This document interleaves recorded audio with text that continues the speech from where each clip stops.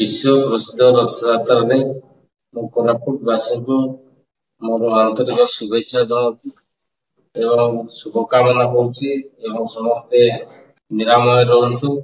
ये रथयात्रा समस्त को शुभेच्छा सह समस्ते आसतु। सागर श्रीक्षेत्र में कोरापुट सहर में समस्ते खुशी रे रथयात्रा देखतु एवं कालिया नना जहाँ सब देखुंत चखा सब देखुंत आशीर्वाद नहीं घर को जातु ये कामना। सर्वप्रथम समस्त कोरापुटवासी को आगामी साबर श्रीक्षेत्र रथयात्रा शुभकामना शुभेच्छा।